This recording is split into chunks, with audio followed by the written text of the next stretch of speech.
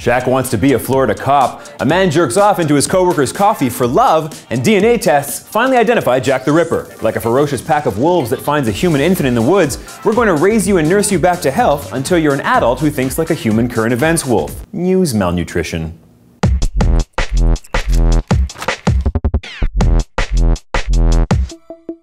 First up, Shaq wants to be a cop in Florida. Of course. Yep.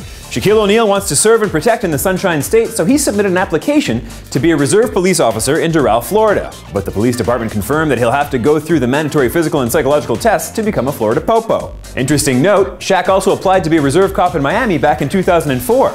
On his application, he listed special skills like Master of Surveillance, Binoculars, yep, he spelled it with an H, and Laptop. He can do laptop. Safe to say it's unlikely he'll be making detective anytime soon. Just a guess though. I have some questions. Why is Shaq a Master of Surveillance? It's not creepy at all. And since when are binoculars, again that's with an H, a special skill? Or laptop for that matter. So what can you do for us? Laptop! You should have just put Shaq Attack. That would have worked too. Or just big. That's at least to hire cops anyway. Old school rules. Special skills, big as f. Welcome aboard. Other questions that come up, who will make his giant uniform and hat? Will they give him a bigger gun and nightstick so he doesn't look like a guy in short pants holding kids' toys? Who will handle the fallout when someone resists arrest and Shaq facepalms him and removes his arms? Or pets him to death because he has pretty hair? Who will calm Shaq down by telling him about the rabbits?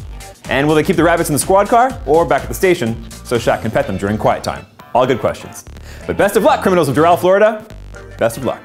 Next up, a Minnesota man has been arrested after he admitted that he'd beat off into his coworker's coffee. Yes, and super duper ick, John R. Lind, a 34-year-old hardware store employee, told cops that he'd fapped his blowgurt all over his female coworker's desk 6 times since February.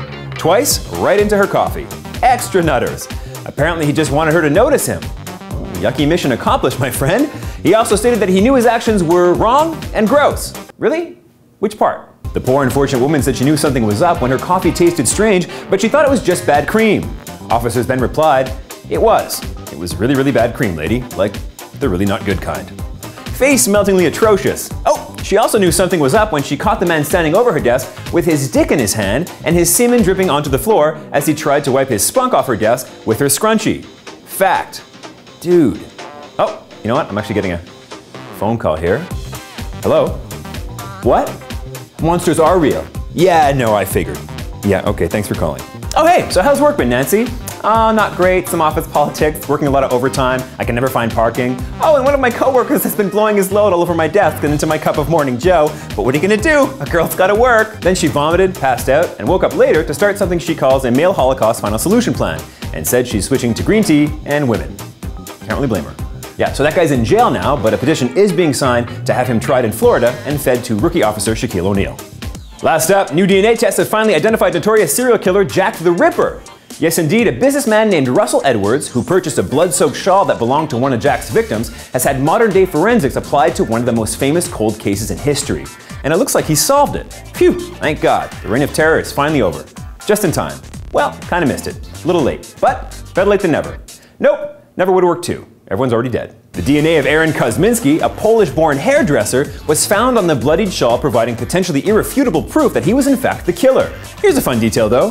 The shawl was kept by Sergeant Simpson at the time of the murder so he could give it to his wife.